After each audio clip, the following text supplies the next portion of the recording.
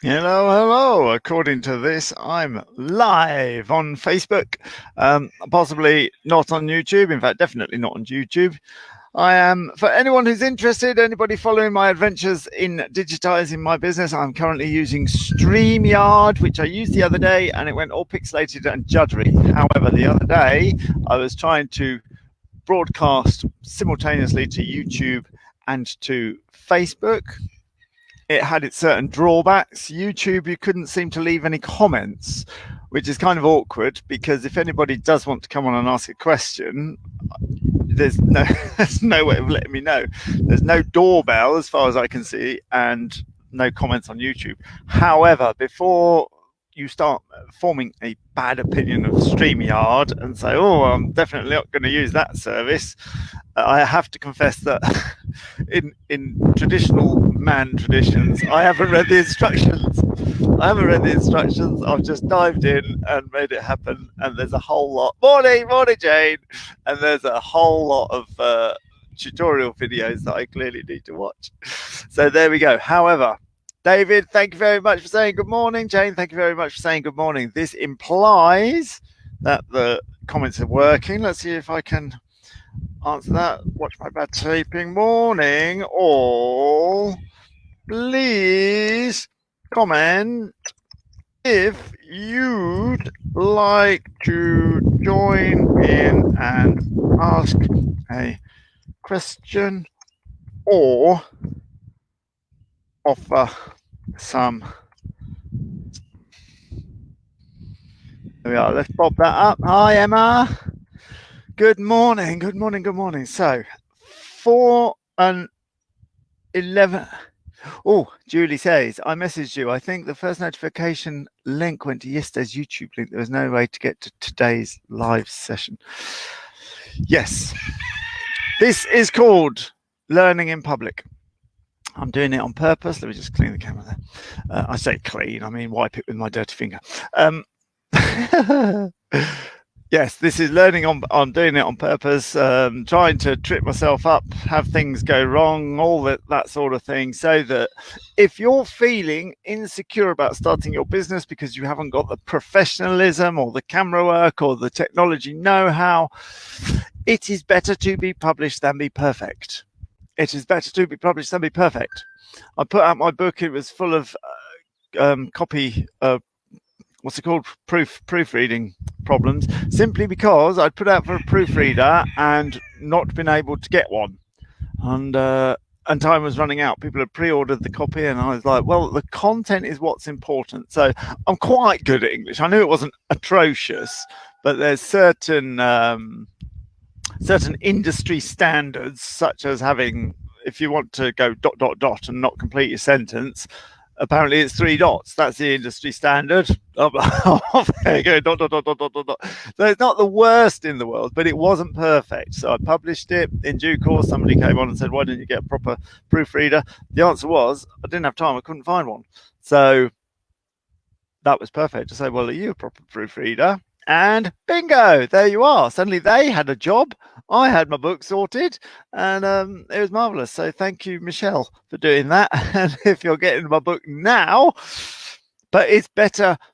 That was a whole winter's worth of content that if I'd have waited for a copywriter, a copy proofer, it might not have been done.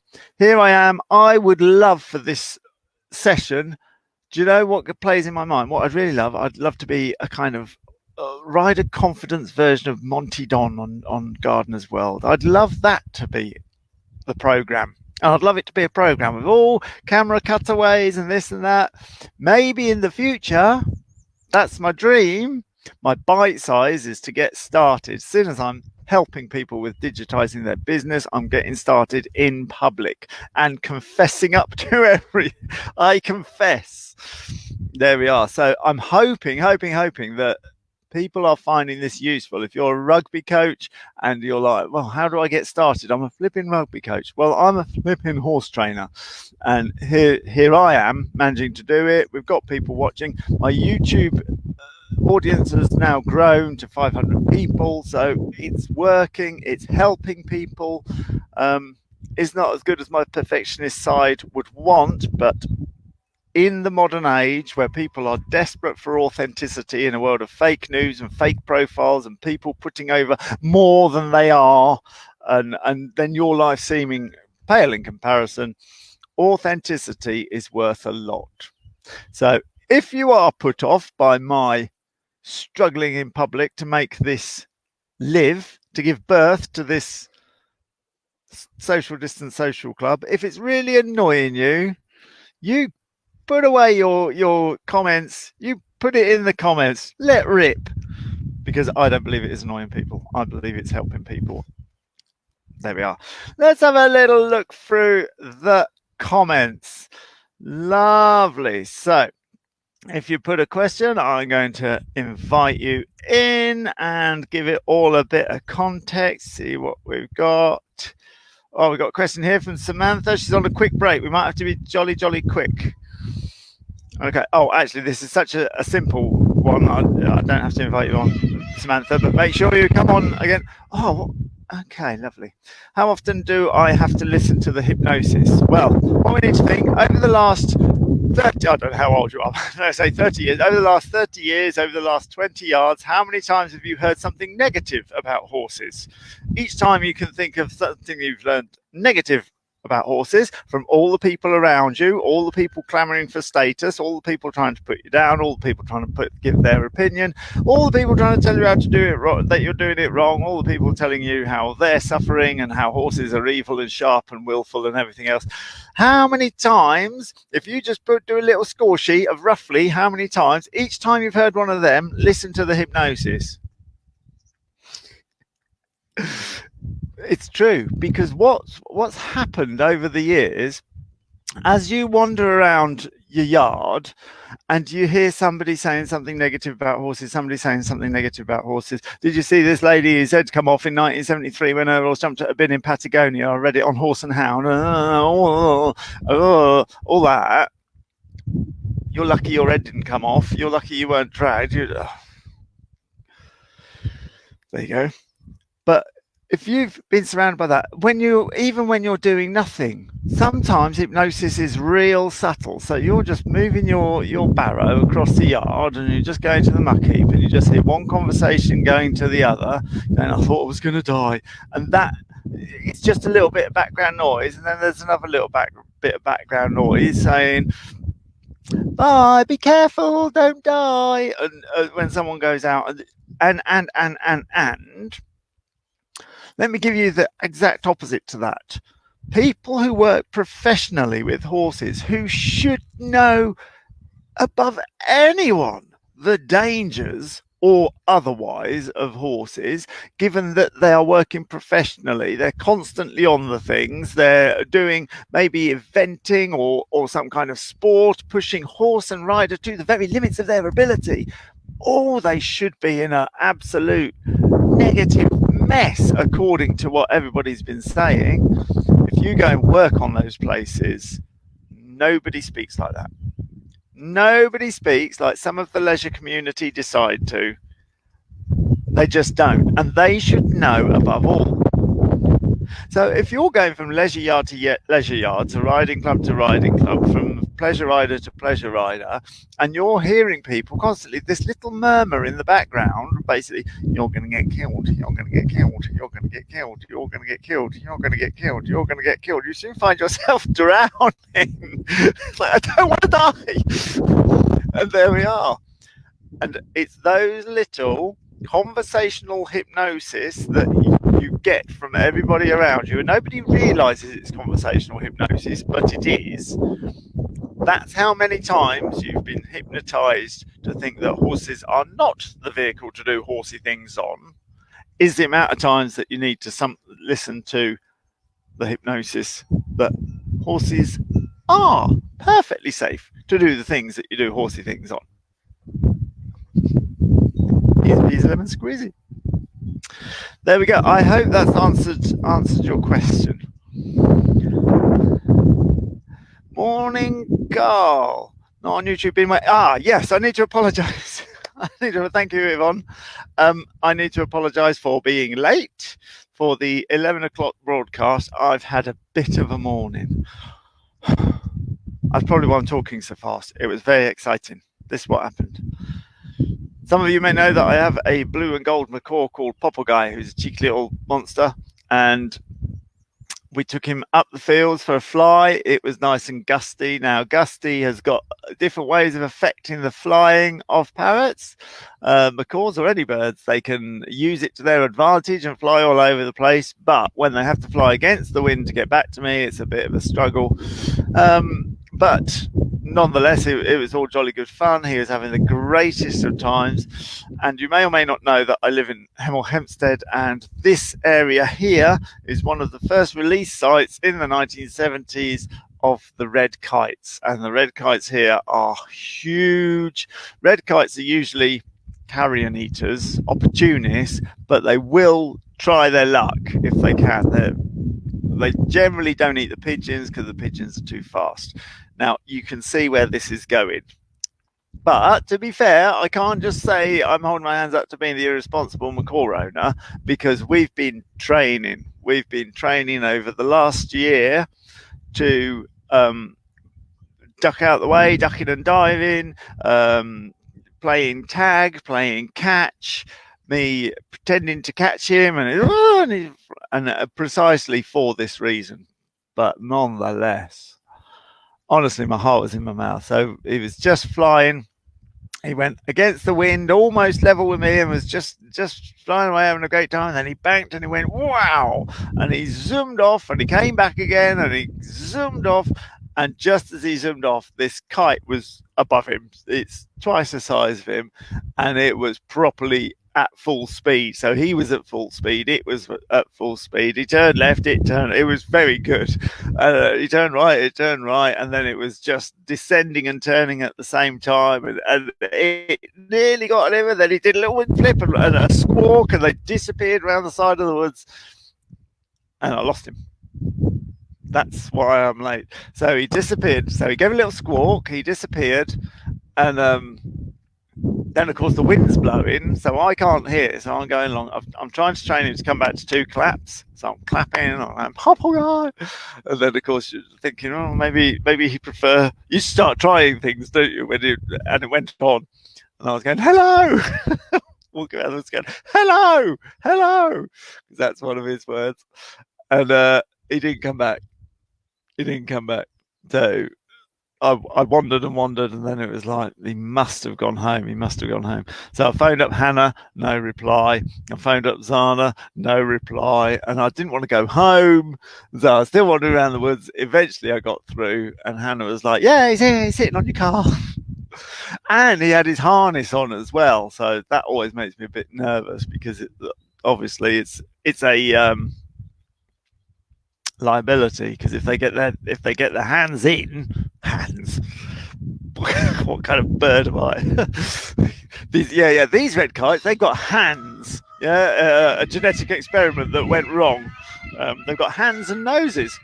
So anyway, if they get their hands in to that harness, then he might be in trouble. But as it happens, it was all okay. I was worried about nothing, but I did a fair bit of running, a fair bit of shouting. Came back. He's in his cage now, having a little bit of cage time. I don't know if he was frightened or not, or whether he thought it was the best thing ever, because round the walled garden, it'll go off on purpose and harass them. But anyway, sadly, a bit of a moment for me. But there we go. So I'm a bit late, and I must apologise for that. So that's why. There's a chap called Jonathan Marshall who does an act. When we go out to the county shows and do an act, we see Jonathan Marshall there sometimes. He's got an act with Spanish horses and falcons. So he does falconry on the back of Spanish horses. It's all jolly good. There's lovely music playing. A very beautiful act. It's a beautiful act. And he's got a beautiful white horse and a beautiful black horse, and really good way of presenting. Really good. Really catches his audience well. And so he's got his little bird act. Now, I won't ever have a bird act, because a blue and gold macaw is a wild animal. So to have a wild animal in a show is not legal, because of circuses. It's just the law. DEFRA won't allow it, and it doesn't matter how much he's a pet. He's a wild animal and won't be in a show.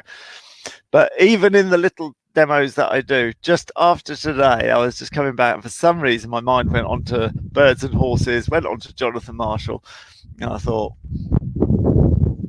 there's no way that his act and my act would ever like each other. There's never going to be a collaboration there. But anyway, that's my thing. Okay, let's just see what we got. Good morning, everybody. Thank you for giving all your comments. Let's have a little go. So Samantha, oh, look at that. I accidentally clicked on that, and this was Samantha's question. Hey, that's brilliant, isn't it? If you would like to come on, it would be nice if you'd come on. So let's just have a little look. So can you please tell me, everybody watching, how is the quality of this broadcast? Is it coming through okay? It was a little bit staccato last time. The sound came through all right. The vision came through terribly. But I was trying to broadcast at 2 at the same time. Anna Sock, hello. So Anna, I'm just going to introduce you. Look, I can put your little comment there. Anybody who's attempting to digitize their business, to talk to their audience, this is a working demonstration of what StreamYard can do, even when you haven't read the instructions. So Anna, can you see the picture there? Is a horse archery competitor from Poland. She wins everything, and she comes and does clinics here. Obviously, we had a clinic arranged, and it's not going to happen.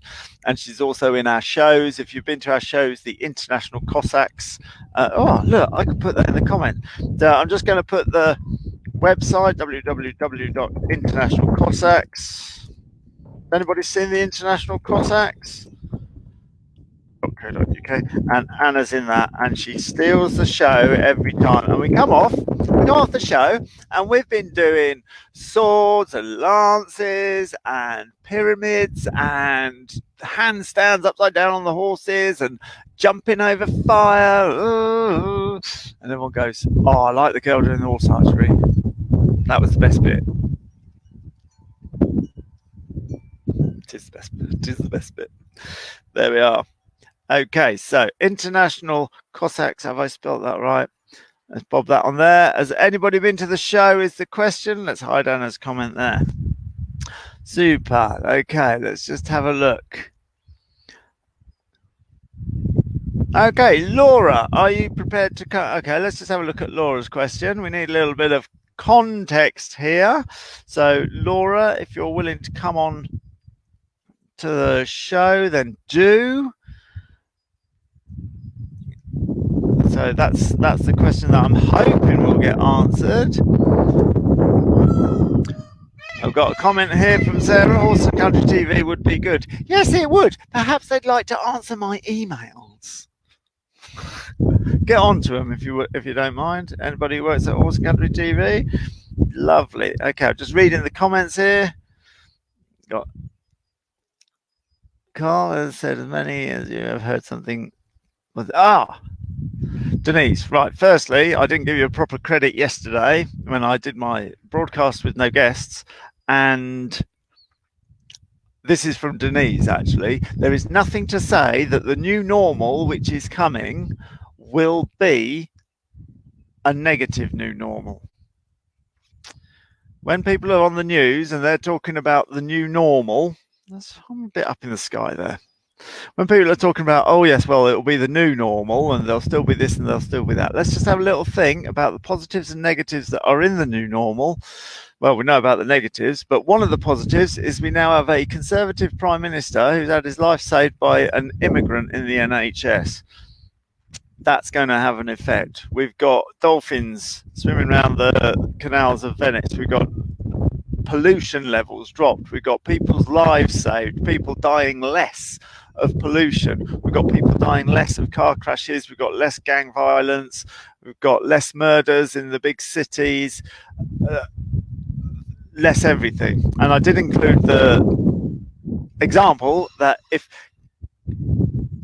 if COVID had hit 2 months earlier, Caroline Flack would be alive, because the worry that she had about her court case of throwing a lamp at her boyfriend just wouldn't have caused the career destruction that she was afraid of. And Kobe Bryant, the basketball player, he wouldn't have been in that helicopter. So you can't always say which way things are going to go. There is always another way of looking at the world. The new normal might just be a better new normal. In fact, we could make it our mission to force it to be a new normal that is positive. Anyway, there's a little food for thought. So yes, that was actually from Denise. I spoke about it yesterday and didn't even give her a credit, so I do apologize. Okay, lovely. So what have we got? We're looking at that. Smashing. So another thing that Denise has to take credit for, this little comment here that I've said as many positive things as you've heard something negative. Oh no, it doesn't actually say positive, but I have been accused lately of being a positive thinker. Not having that. I live by the motto: don't make things better than they are. Don't make things worse than they are. Don't go into your garden going, there's no weeds, there's no weeds, there's no weeds, there's no weeds, there's no weeds. Because they'll take over your garden.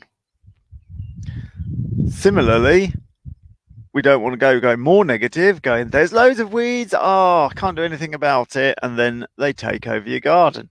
What you need is the middle ground where you don't think positive, you don't think negative, you just think how you're going to react. There's some weeds, and we're going to pull them out. This is our plan of action. So all the time on my Rider Confidence course, all the time we're thinking about the negative, but we're not thinking negatively. We're thinking about when the horse rears. We're thinking about when you fall off. We're not going around going, I've read a book called The Secret. The universe is going to look after me. Everything's going to be absolutely fine.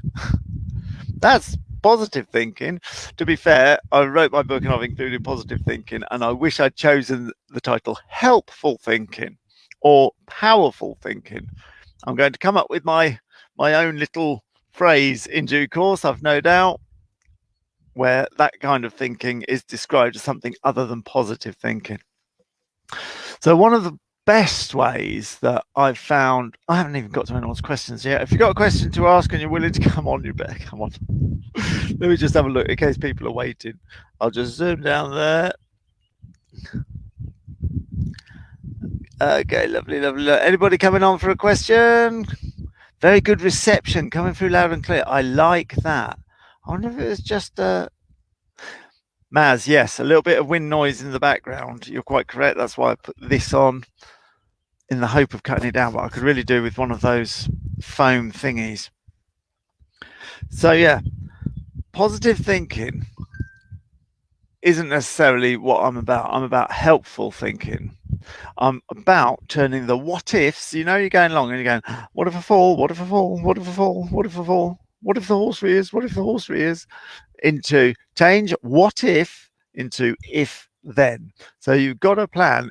If the horse rears, I'm going to grab hold of this particular thing. Now, everybody who's been here knows that we've got plats, and I'll grab hold of a particular plat, causing my hands to move forward, which slackens off the reins, and you can just sit there then. You're not going to fall off the back because you're holding on. And if you want to see more of this, there's a rearing video, and that's on YouTube. So if you go onto my YouTube, Carl Greenwood, and put in the search rearing video, it'll come up. And if you want it written down in a free PDF that I have for you to have, which is bolting, bucking, and rearing, the three main issues that are spoiling people's rides, you can get that. I can't put the link in right now, but I'll put it in afterwards. But instead of thinking, what if this happens, what if that happens? If you think if then that changes the dynamic completely. So it's thinking about the negative, but not in a negative way. So part of that, so I've got this horse, Lumi, who stands up a lot. Now, usually it's on purpose to look cool. However, sometimes if he gets a bit excited, it's stand on your back legs, walk around a bit, and on one particular occasion that I'm thinking of, he then put his legs over the fence and of another horse and just try and get at the horse and just stood there stuck on the fence. And I had a little bit of a moment, I must say. I could just see this all going horribly wrong, and I had to get myself out of the situation. I'm a normal person. Of course, I had adrenaline. I had a little bit of fear. Maybe I made a little noise that perhaps began with F. I do sometimes make a little noise that begins with F when I get into a situation, and it's all perfectly normal. Adrenaline, or rather, let me put it the other way, confidence. I was utterly confident that we were going to get out of that situation. I couldn't quite see how, and it was all about minimizing the damage, but I was confident that we could get out of that situation, although I didn't like it, because confidence is not the absence of adrenaline. Confidence is not the absence of adrenaline. So you've got adrenaline. People ride horses and they seem to think as soon as there's a little bit of nerves, as soon as there's a little bit of butterflies, it's almost like an affirmation that they're crap. See, told you I was a rubbish horse rider. Now I've got butterflies and I'm always nervous. I'm never going to be a good horse rider. And the horse is going to smell the adrenaline and then it's going to bolt and all that blah. Simply not true. You're allowed adrenaline and you can still be utterly confident about what you're doing and that you're going to get out of this situation somehow with the least amount of damage through your actions. You do it all the time. Every time you drive a car into a hairy situation, on some of these massive roundabouts, this is my usual example. You've got a lorry wheel there, you've got roadworks, you've got people driving about, you've got people on bicycles, you've got cars behind you, you've got cars in front of you, you've got the traffic lights, and you could hate that roundabout. You could be going, oh God, I really hate this roundabout. I'm never coming this way again. Never coming this way again. Whilst taking the actions to make sure that you're safe, utterly confident that you can drive over that roundabout because you drove over the last 6 and you're going to drive over the next 3 to go and see your mum, which you go and see every month or whatever it is. And in that situation, even though you hate it, even though there's adrenaline, you still continue to drive the car, utterly confident that you can drive the car. You don't bottle out and go, you know what, I can't stand this, I'm getting out, and let the car coast over the roundabout. I've said this a lot of times. You've heard this a lot of times. It's one of my central things that adrenaline, confidence is not the absence of adrenaline. People want to float around in this cloud of confidence that I must have, so that when Lumi stands on his back legs, he just marches around and puts his front paws over the fence. No. No, obviously it's a scary situation and I'm utterly confident that I can get myself out of it and continue to take action rather than just bail out in some way and scream or jump off. Or if I jumped off, now what? Now I've got a horse with its legs over the fence and I'm stood underneath it. That'd be a really bad idea. Anyway, there you go. So what we do is we think about turning what if into if then. You could take this further. If Lumi stands up on his back legs, then I'll grab hold of a plait, moving the reins forwards, and now I've had that experience of him putting his feet over the fence. Then, and I've already thought about this, I'll immediately go down to the outside rein and pull him away from the fence. Because whilst before I had that incident, I would never have thought a horse would be that stupid to go and turn 90 degrees and put his feet over the fence. I now know that they perfectly can. So now I've gone if then, which means that isn't going to happen again. And those if-thens are the powerful thing. I have no idea how I got onto this subject, but it works. Let's have a little look at Is anybody going to join me or attempt to join me for a question or a comment? Have a little look. Positive thinker. Purposeful. Oh, I like that. We're getting there, Hattie. Purposeful thinking. The what ifs only happen when I ride near the road. The horse used to. Oh, let's just see this. The what ifs only happen when I ride near the road. The horse is used to traffic, but living in a rural area, there's also some massive machines passing by. I had a few near accidents, also cars who drive 60. I still get on and ride next to the road. So the thing that strikes me, the first thought that strikes me about this is to my experiences with filming, where the machines, the tractors, the lorry units with fans on the back, the extent of the cranes which are going to pull some rider off its horse or for one of those jerk back things when they get shot or whatever, the amount of machinery in this little city that's been built up between a quarry in the God knows where in Wales and where we're stabling the horses at some other part of the mountain, what you have to walk past is like a fairground. It's like a fairground. My assumption is that my horses will do as they're told.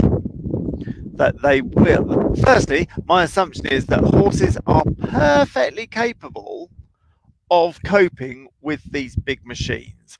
Perfectly capable. If you think of those old combine harvesters, you got a horse, just like me in the center of the screen, and then off to the side, you've got all these whirling, threshing, whipping up the corn, cutting it, all these arms clacking about, and that horse is 6 foot in front of it, 10 foot in front of it, and it's expected to just pull that. And it does just pull that. Of course it does. We've all seen the photos.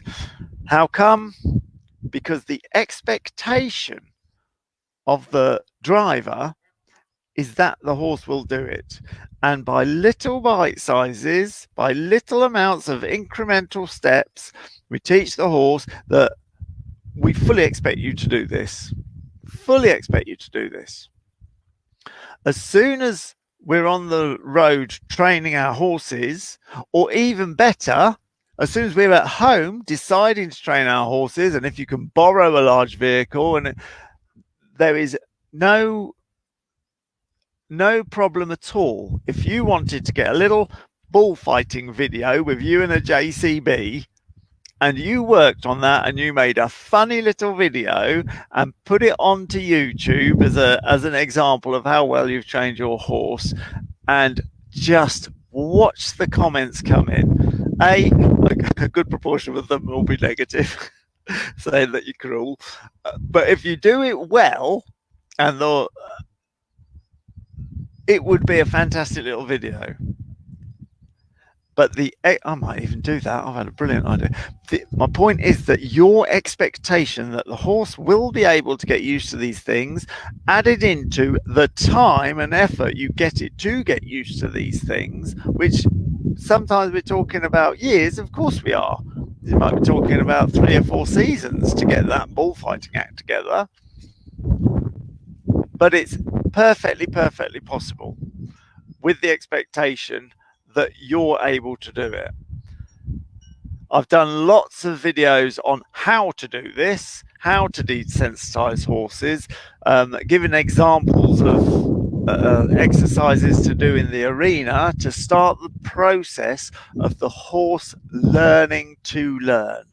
You can't have the horse having its first experience of being taught anything out on the road with a tractor and trailer. That isn't the time to introduce it to the concept of learning, to the concept of taking its instinctive behavior and allowing the leader of the pack who's sitting on my back to overtake that instinctive behavior. That instead of bolting or spinning or rearing, I go, what do I do? That replacement of the instinct with training is what happens at home. So that by the time you've built up to bigger and bigger spooks at home, that can be coped with because the human's going to save you. And let's take it to the extreme of making a little bullfighting act with the JCB. You could easily get there, but it takes consistency and bite sizes for you as well, because obviously if you were to plonk me on a horse and say, right then, clever clogs, go and do your bullfighting act,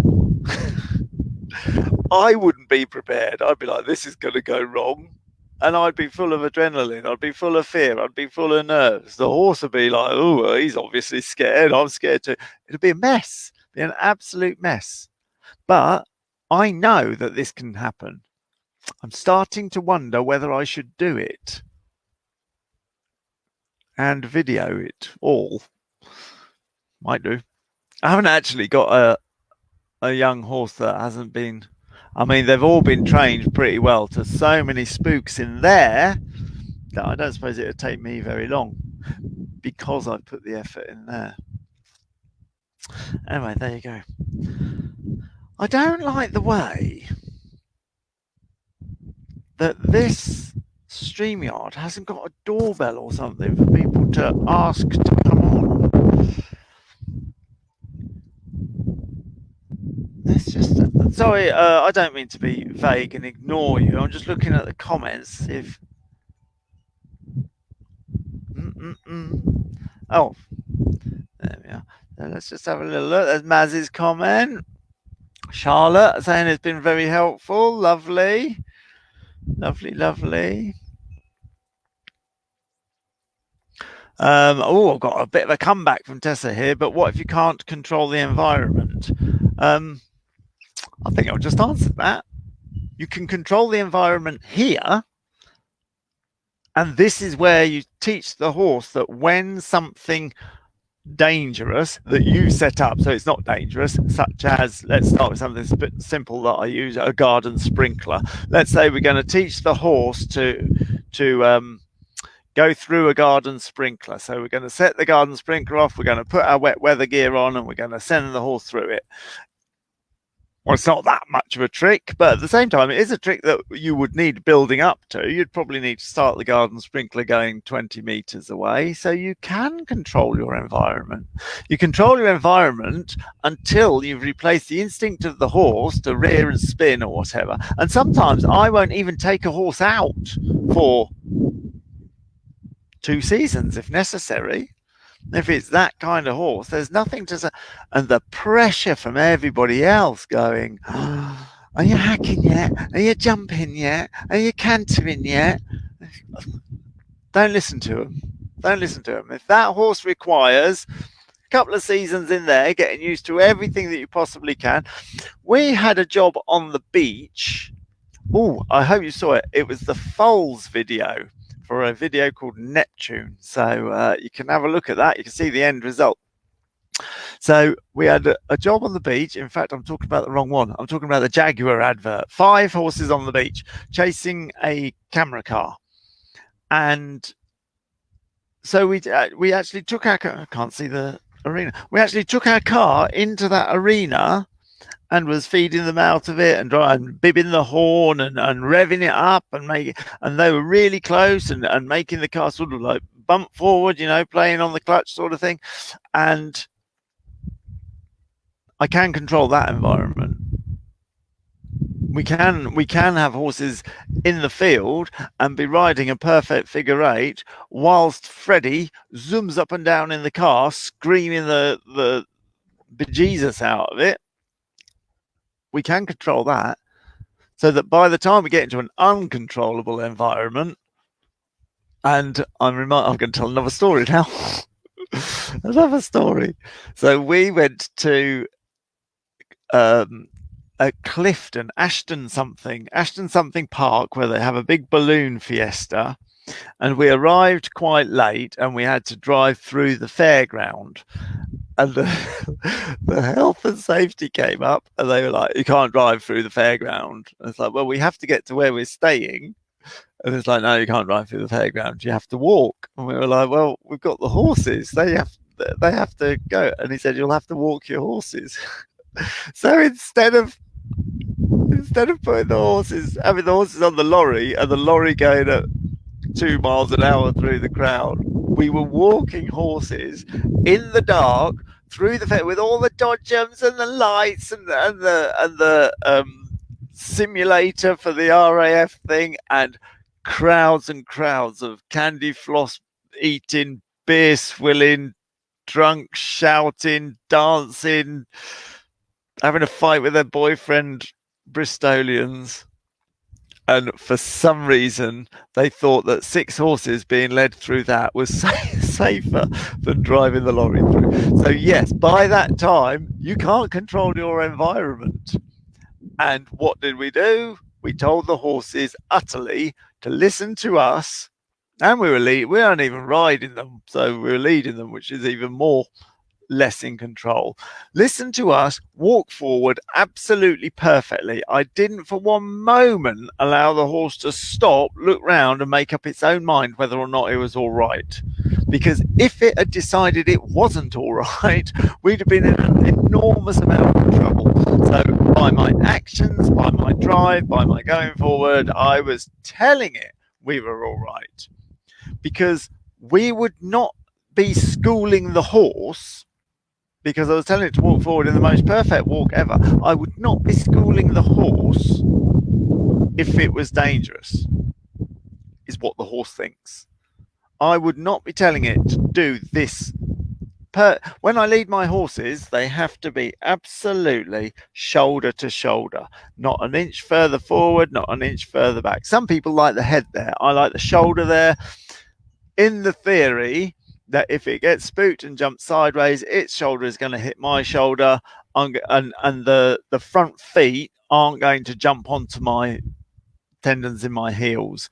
I'll just get barged out the way and probably make a little involuntary noise that begins with F. But there you go. So yeah, they have to be here, not further forward where they're taking the lead, not right back where I don't want them. I want them absolutely on my shoulder. And they walked through that crowd in the most perfect. They were still white-eyed. They're not special horses, but I would not be schooling them, they think, if the situation was dangerous. And that's because we've been in there thousands of times with another thing of death and another thing of death and another thing of death and another thing of death. And every time they've listened to me, they've lived. So they know that when I'm schooling them, the things of death are under control. There we are, the tarp of death, the flag of death, the banging a stick on the fence of death, and all the props of death that we use. So there we go. In that respect, we can control our environment. We will do so until we've trained the horse to listen to us. Then we can go out in the big bad world, which of course won't be a bad world then, because we're in charge and the horse knows it. So there's nothing bad out there. If it suspects there's something bad, oh, look at me being told exactly what to do. It can't be that bad. Otherwise, we'd all be screaming and running away. There we go. There we go. Lovely. Okay, lovely. Looking through the comments. Lovely, lovely. Just reading all about this, but what I'm not reading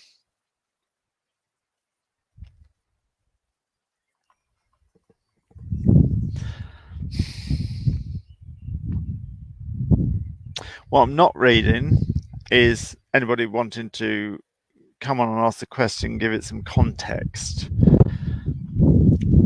The questions that are going to be in text are perfectly good for Facebook Live broadcasts like this one, but the live Q&A, which is the title of the Social Distance Social Club, I'm going to have to look into this and find out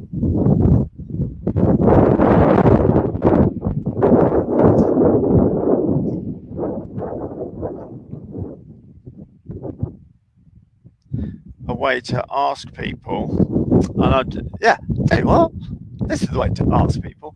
I'm going to ask people to come onto the StreamYard stream and ask their question. That's what I'm going to do. How easy was that? Trying to work out how do I get people to get on the video though and actually ask the question and have a conversation? And the answer is I'm going to ask you to. So what we need to do is someone just needs to say me please, or ding dong, or I'm here, or I'd like to ask a question, and we'll get going and we'll do that. Lovely. Okay, so we've got Helen Goodall here saying she'll come on. Okay, let's just see if I can invite that. So let's just see what's going on. Helen. Okay, right. So let's just have a little look. What does this symbol mean here? Can I do that? Invite a guest to see how this layout is unique. Invite. Okay, 5 go. Okay, so how do I drag it on? Do I? Okay, trying to work out how to get you on. Share a screen. What's this one here? Oh, I haven't got someone to say that they're going to come on. I can't work out how to do it. Invite. Here we are. Found the button. So there's a button at the bottom that says invite. Send this link to your guest to invite them to the broadcast studio. Right. Let's just have a little look. Let's see what's happening. Copy that. Right. Helen, I'm putting this in here. Let's see if this works or not. This is very good. So what happens if you click that, Helen?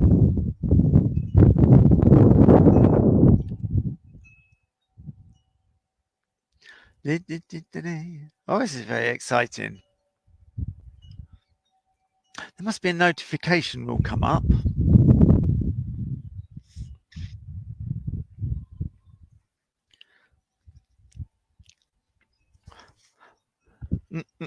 Nothing from you yet.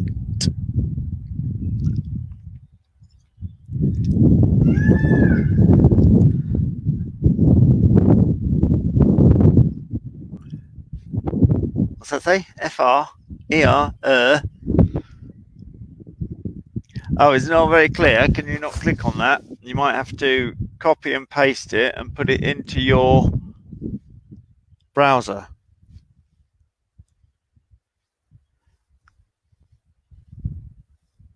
Yes. If you click that link, it will take you into the broadcast.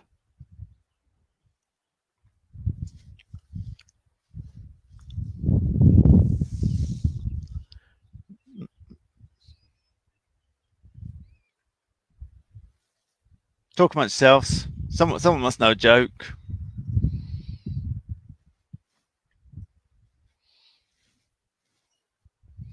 Okay, so if it didn't bring anything, there's a little issues.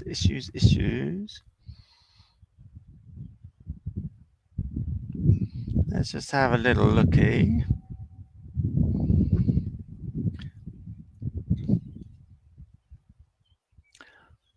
Send this link to your guest to invite them to the broadcast studio. Instructions for guests. Are you on Chrome or Firefox? Internet connection. If you don't have a laptop, look, I'm just going to copy all this. Joining the broadcast. I provided you with a link. Allow StreamYard to access your camera and mic. Make sure you've got the camera and mic selected. Enter a display name. The host will be informed that you've arrived. You won't be part of the broadcast until the host decides to add you in.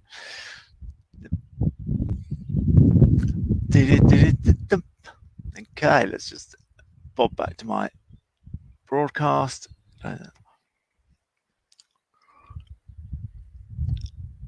There we are. Right then, Helen, if you're going to just try that, we'll carry on chatting, looking through the comments. And you'll undoubtedly join in due course. If anybody else would like to click on that link, which I've lost already, there it is. Then let me put that up again. Oh, look, I can put that there. So if you copy that link and you put it in, you can ask your question or offer your advice, because I'm quite aware that I don't know everything. And the thing about a community of horse riders is that we're in such a position to all help each other, and in such a position to all hinder each other. Hopefully, if you're following me, following my page, you'll know the way that I view things, which isn't the only way of viewing things. But obviously, I find it a lot easier to go about things in a empowering way, which changes the what ifs into the if thens. I find it more empowering to talk about the triumphs rather than talk about the disasters. I find it more empowering to go for the solutions than to go for the understanding. Yes, it would be nice to know why I am so fearful of other people's opinions, and you may have to go back to your own parents and their parents and why they were like that. And, oh yeah, you can do all that. Personally, I don't find it that useful. I think that we're here where we are. This is where we want to go. All the problems behind us that brought us to this point. It is interesting to know where they come from. There can be a sense of release and a sense of closure to know where that comes from. But at the end of the day, if you've got release and closure and you're not moving towards your destination that you want to have, then to me, that isn't as good a prize as getting to where you want to be and skipping the bit where you understand why. How do you get other people in your yard to be more confident and join you, try new hacks, etc.?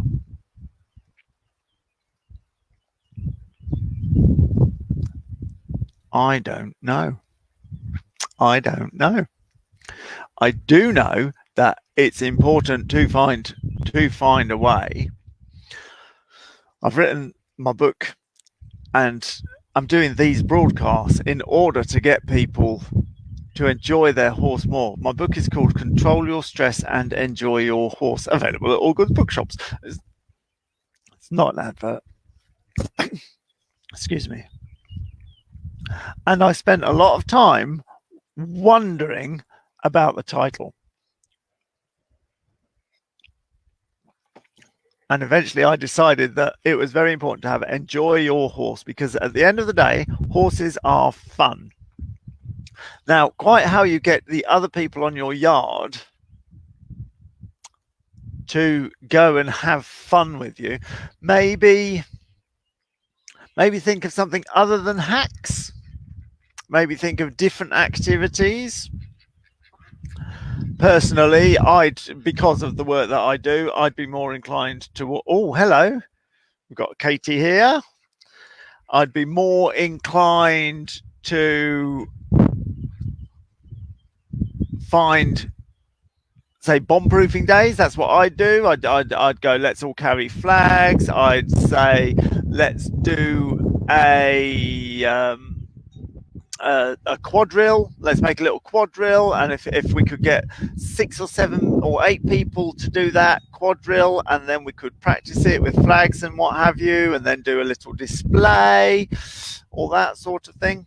Okay, people are managing to come on and ask a question. Right, Katie, let's see if we can add you into the stream. Oh, hello. We've not got a picture, but I have got your audio. Not got a picture, have got an audio. Hi. Hey, how are you? How are you? All good. I signed in with an iPad. I just clicked on your link and it just took me straight through.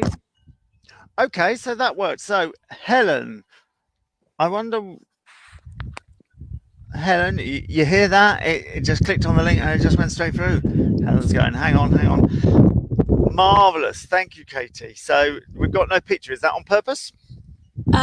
It's because I have very slow internet here out in the country, and if I let pictures come up, it's probably going to slow everything down. Where do you live? Cambridgeshire. Oh, okay. Lovely. Do you have a question, or are you just helping me out, or have you got some wisdom for people? Well, vaguely just clicking on your link to see if it worked. I was happy listening, but I thought I would click and see. And so now Thank I'm you. here. I'll ask you a quick question. I've got 6 horses at home. My husband helps me with them. And to his frustration and to mine, my horses lead for me. But when he tries to lead them in and out of the field, they will invariably be pushing, crowding, pulling, just being generally whatever. So is this just down to him being less confident around them, do you think? Or are they picking up from him or from me, or Is he just leading being them? horses? Is he leading them 2 or 3 at the time, like you are? And has he gone to the bite size of getting one in order first? In fairness, we only ever lead them in singly, and so All right, we I was just plumping for a scenario that I was totally imagining. It would have been good if no, I'd been right, though. I think he maybe holds them a little bit tighter than I do. That's very interesting because I've seen that with actors. We get them in here, and it's like the horse needs to stand there, and I go through the action, so the horse is just following a pattern and following a pattern and following a pattern, and it's like you come into the gate across the yard, and you have to park it exactly so its bum's here, so that its bum isn't in camera, and the actors can still do their conversations, and they hand the reins to each other and they grip them really tight and hang on, and I'm constantly just moving forwards and just moving their hand a little bit. It's like, just move your hand, just move it forward, just don't pull on the reins, don't lead on the reins. But you're absolutely right, absolutely, the horses then start mucking around, and to an extent where I say, just have your hand, have your hand like that, and the rein just through there. And I've even with an actor that was on board, I said, I'm just gonna adjust this bit. I took the reins off the bit and put them on the noseband because he just couldn't help himself. So I suspect that you're somewhere on the right line. Have you had this conversation with Hub? It's like teaching someone to drive. It's It like doesn't go. no, no, no. It's Teaching someone not to like drive. Don't hold him so tight. I'm not holding him tight. Yes, you're holding him tight. No, I'm not holding him tight. yeah, yeah. It's not teaching someone to drive. It's teaching Hub. Yeah. Yeah, yeah. I know where you're from. Um, yes, I suspect you're completely right. What you do about it,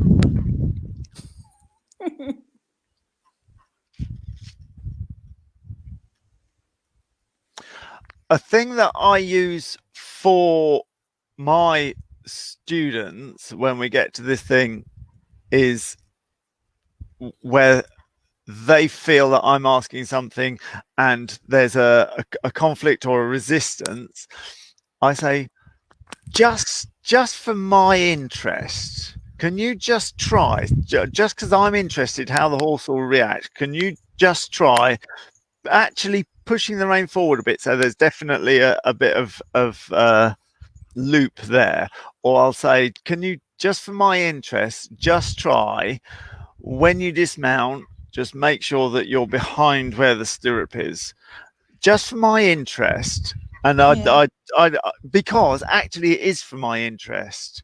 Because if he pushes the rein forward and the horse messes around, that wasn't what I was expecting, and it avoids that. I told you so. I told you that wasn't going to work. And of course, if it does work, then you've shown an example. Yeah. Yeah. No, it's just So, they're just funny because, as I said, they don't do it with me, and then a split second, like I watch going down the fields, and it's that frustration thing of the horse being cheeky, and mm. knowing that if it, and so trying to And avoid are the thing of are shouting out, let you the rein Are you mentally on top of the horses? I mean, are you mentally catching them in the eye and going, doing all those kinds of like mentally controlling the horses? Probably without necessarily thinking about it, because I think if you're around your horses a lot, all the time, I think it's like having a small child. The look that you give a small child, that the child automatically knows that don't push your luck. But nonetheless, I'm clutching at straws here, being utterly convinced that you've turned on and actually it wasn't a question. It was like, hey everybody, have you noticed how if someone pulls on your horse really hard, it misbehaves? I think there we are. Yeah. Lovely. Anyway, thank you very much for helping us out. And if by any chance what I've just said about just for my interest, if you can get through to Hub without having an argument, and it does work as a social way of explaining to students what you might not understand, I'd be really fascinated if you tell us about that. Yeah, no, I'll give it a go. I will give it a go. And thank you very much. Oh, are you gonna do your offer again? Your Mayday offer that was for one day only, never to be repeated. Well, it will be repeated if there's another lockdown, another virus attack, or some reason for people to find themselves locked in, wondering what to do, which I hope not is the answer. So when the plague of locusts arrive, we need to have another look. Yeah, we'll have another look at it then. But hopefully people have got that and they can really work through that, and then when the restrictions are lifted, they'll find themselves in a completely different place. Good stuff. Thank you very much. Thank you for asking, and I look forward to hearing the result. Good stuff. Thank you. Okay. Now, apparently, if I click on this, remove from stream, there we are. Ah, look, here she is. Add to. Fred will be with you in a minute. Helen, what happened? Tell us the story about StreamYard. I couldn't do it. My phone wouldn't do it. So then I went onto my laptop, but my laptop doesn't run Chrome. So now I'm on the tablet, and that already had Chrome. So when I clicked on your link, that was it. I'm suddenly here. Was your phone an iPhone? No, it's a Samsung. Okay, so that Samsungs they do run Chrome, don't they? Samsungs? Maybe I've not got it set up to use that. I don't know. Yeah. No, it's good to know what's working and what isn't working, so that I can help people in the future. So eventually, what was your solution to find a tablet that runs Chrome? Yeah, and I think if I could get my laptop to run Chrome, I would have just been able to click on that link, and then it was really easy. It just said, you're entering the broadcast, make sure you've got a decent broadband. I put my name in, entered it, and then I can see myself saying, you're in the queue, like waiting for you to let me on. Yeah, super. If I could let's just see if I can share screen. Let's just have a little look, see if I can share the screen. No, I'm not. Okay, so I've just thought I'd share the screen and show you what it looks like for anybody who's going to do this for their own business. But as I came to the share screen, it says Chrome has a bug that can cause the whole thing to crash. So I think I'm going to not press that. And they are. If you want to do what I'm doing for your business, then you'll just have to plunge in. But at the moment, StreamYard seems to be working quite well. Helen, what you got for us? Okay, well, I've got two questions. They're both about time, really. One was I've started to write a book in this time that we have, where we're not working. But still, it's so really, really hard to find a slot in the day to feel like you've achieved enough. And I know, obviously, you spent time doing yours, and I wondered how you did it with obviously leading a busy life. And then my other time question was about how much hard work we put into being positive with our horses and building our confidence. When does it ever feel like you get to the stage where you don't have to keep working at it and that it just becomes second nature? The reason I asked this was because I was watching one of your rearing videos yesterday, and just watching it started to give me butterflies. And like, this is ridiculous. I'm not even on a horse. And just watching it and allowing the concept to appear. Oh my God, now what am I going to do if the horse starts rearing? Whereas before I even started watching it, I hadn't even considered it. And it just annoyed me that, you know, that the fear could start creeping in when we all do a lot of work. We read your books, you know, I watch you every day, and I'm always working at it. When does it get to the stage where it's just second nature? When it's second nature is when you're that familiar with it that it's absolutely nothing. We were all scared of 40 miles an hour when we were learning to drive. Do you remember when 40 miles an hour seemed like fast? Yeah. Oh, I do. I remember on my first lesson not having the nerve to go into second. Yeah. So it does come with, so there's two elements to it. One is the familiarity in the bite size until you're bored. Yes. And we're not going to talk about rearing because the bite sizes come to my course and I don't want to come and be a salesman. But if we're talking for jumping, for example, if you've got yourself in a tiz about jumping, it may be that you have to lay poles on the floor and walk over them, lay them out in a proper arrangement. When you walk over the pole, turn your head so that you're looking at the next jump as you go over this jump, so you can see the path that you need. And pretty soon you'll be able to do that. Pretty soon you'll be bored. Boredom doesn't go with fear. And then it's like, you know what, just right at the end, just for the bit of excitement, and it's important to say excitement as opposed to, the adrenaline is the same, it's the same chemical. The adrenaline is the same chemical. Whether you choose to interpret that as excitement or choose to interpret that as fear is up to you. Somebody could watch the same, I've gone off subject a bit, somebody could watch the same rearing video and get a load of excitement because they've had this idea that didn't look too hard. I could probably do that. I could probably put on this nice dress and get a photographer and have that photo that I've always wanted made into a painting above my fireplace. And they would get the same adrenaline, but they'd be like, that is brilliant. I want to do that. I want to do that. I want to learn how to do that. And you can tell in their voice, and you can tell, especially if it's like, well, yeah, you could do that. You could do that. I might even pay for that for you. And then they'll start shaking and they go, really, really? And it's the same thing. You're shaking, you're breathing really, and you're flushed. It's just the interpretation is excitement. So on the one hand, we need to do your bite sizes and get your bite sizes bored.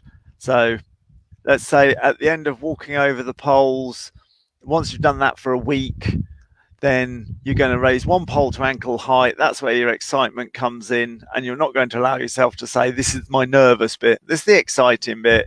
I'm going to raise one pole up to ankle height, and over we go. And that wouldn't be that hard, provided you got bored of the first step. When people come to the Rider Confidence course, they are amazed at how tiny, tiny, tiny our bite-sized steps are. They're tiny. And through doing the activities of the day, they realise how if they persisted in doing these tiny, tiny steps, and all we've done, I'm not brave, but I am trained. I've trained myself in the tiny, tiny steps that are sometimes humiliatingly tiny. There's no bravery at all. And yet we've managed to build this massive show with fireworks on our backs and everything. And we've documented exactly how tiny, tiny, tiny that is. So you need to get bored. You need to break things down into the bite-sized steps on the micro side of things, on the little side of things, on the big side of things. So the big side of things would be, let's keep it as jumping rather than rearing, because it's more bite sizes that I can talk about that make sense to people. On the big side of things, let's say that you want to be jumping this particular round that you've got in your head. As you visualize the goal, the big thing, if you're visualizing, I would do that eventing course, but my God, I'd just be terrified. And you're visualizing, I don't know how anyone could do that. How could, you know, when you've seen pictures of people coming down banks and stuff, and you're just going, how could anyone do that? And that's fair enough. It's very exciting, too exciting. I don't think I'll ever do it. But if I wanted to, I'd look at that and I'd find the joy. I'd find the joy. Where's the joy in doing not skydiving, what, bungee jumping? Yeah, you ain't finding my joy in bungee jumping.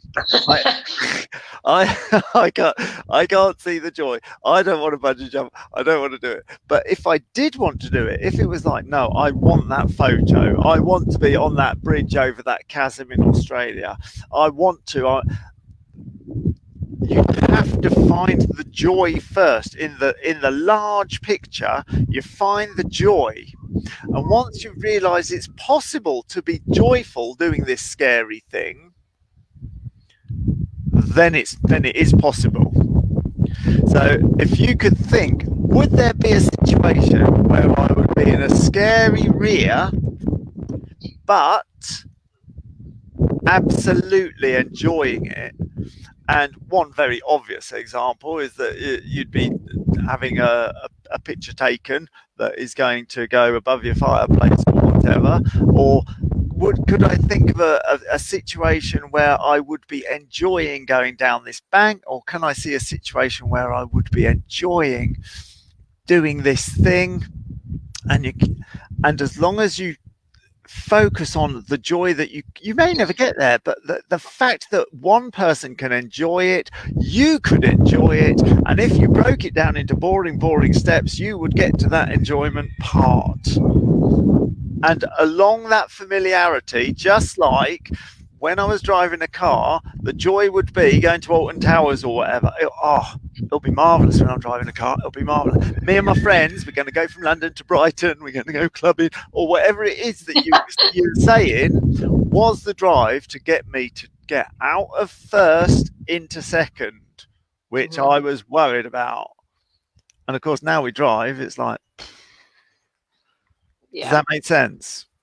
Yeah, it does. And I suppose it's reassuring that you have to go through the same things in those bite sizes that we do. I suppose if you just, well, me personally, I think I just get a bit frustrated that I have to go through the long process, because when you were younger, you just did as you were told. You just got on the horse, did it without really thinking about it. And then when you go through a stage where you get all worried about it, or you have an accident or something that causes that fear, you know you're in for, you know there's not going to be a quick fix. You know it's going to take time to get to where you want to get to, and sometimes you don't always have that time. I mean, it's easier to make it now. I've just taught my horse to long rein, and doing the bite sizes was so helpful. I could see the bits that he was worried about, so we took it back a stage and did those, and now I've got him going forwards around the school, and the feeling is amazing.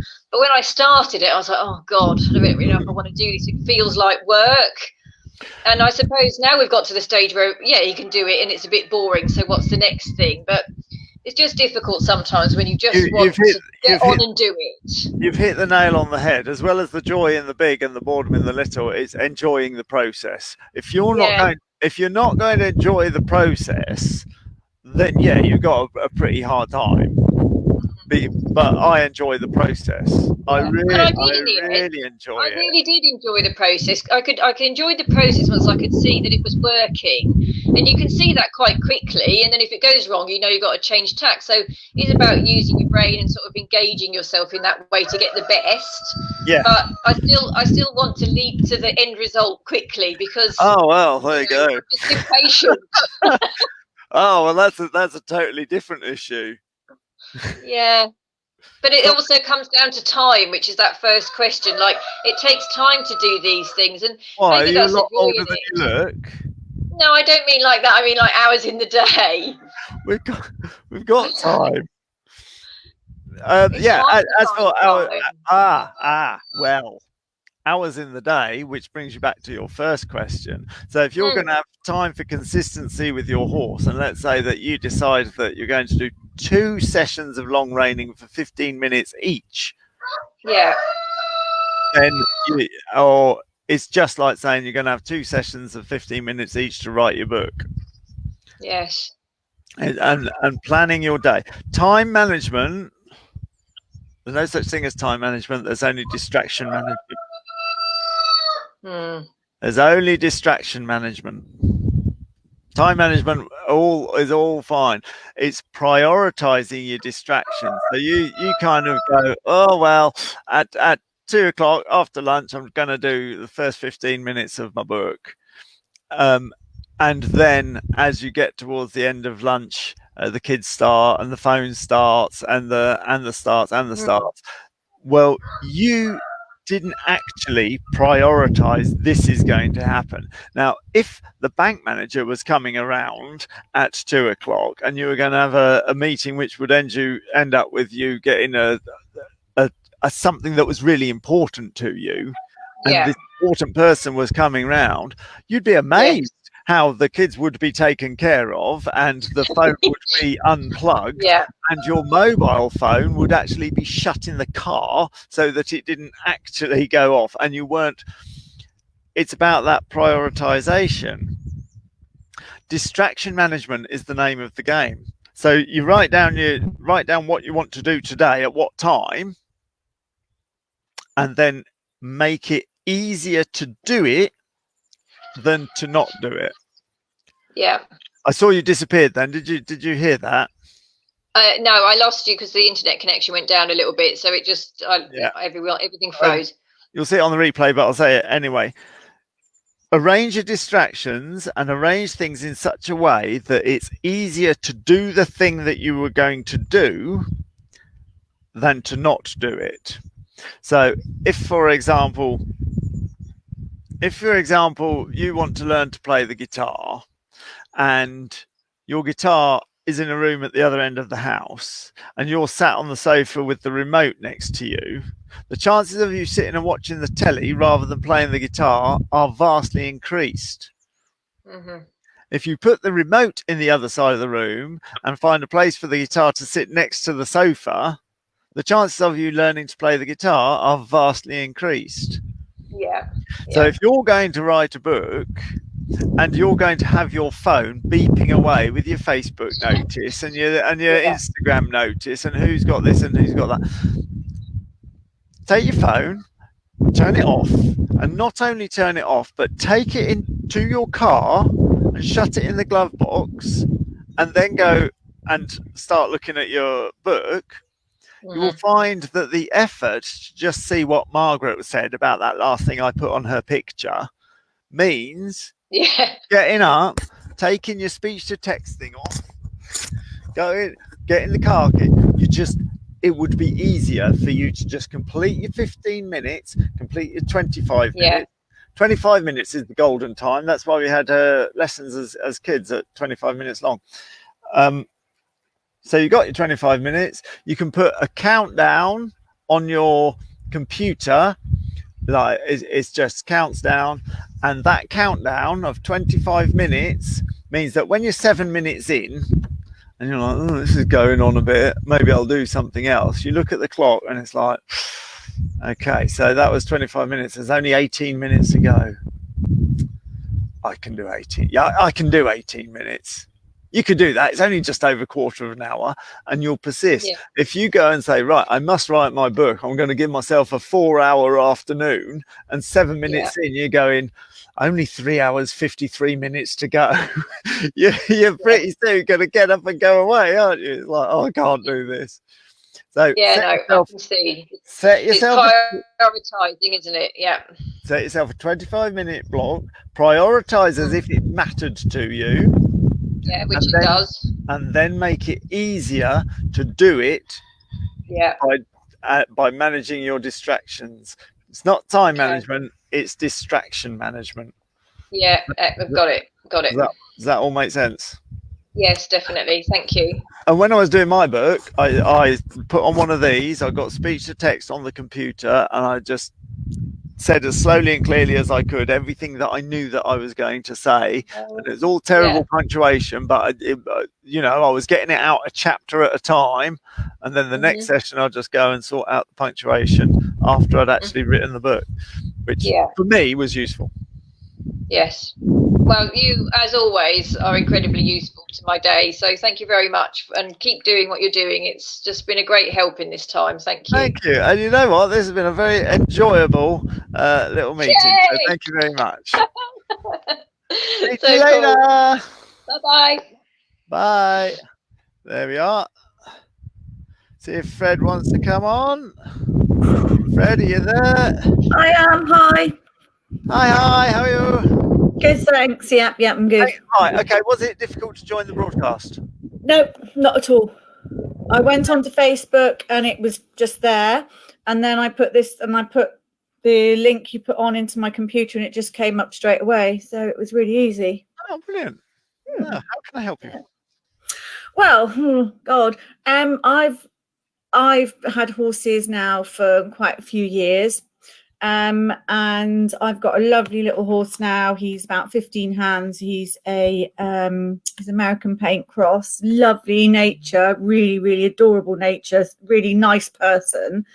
But I've kind of lost my confidence a lot. So the horse prior to him reared up all the time, and he never had me off rearing, but you know, it's not a nice experience. We all know that it's just not a pleasant experience. I couldn't ride him out on my own because he reared up all the time. And I got really, really experienced people, paid them to take him out, and he still did it. So in the end, I sold him totally honestly, obviously, to somebody who did natural horsemanship club. And then I got the boy I've got now, who is adorable. He's really, really willing. He's lovely, but I have really, my confidence.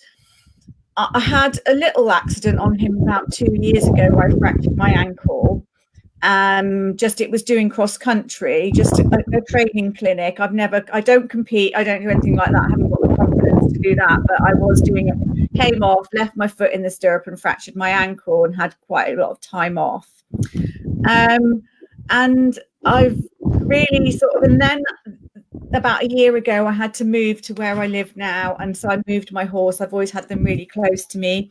And I moved him to a very quiet yard where everybody did everything together. Well, it was full livery. So he was in and out with everybody.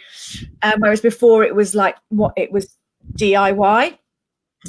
So he just became, he's really, really, he hasn't changed.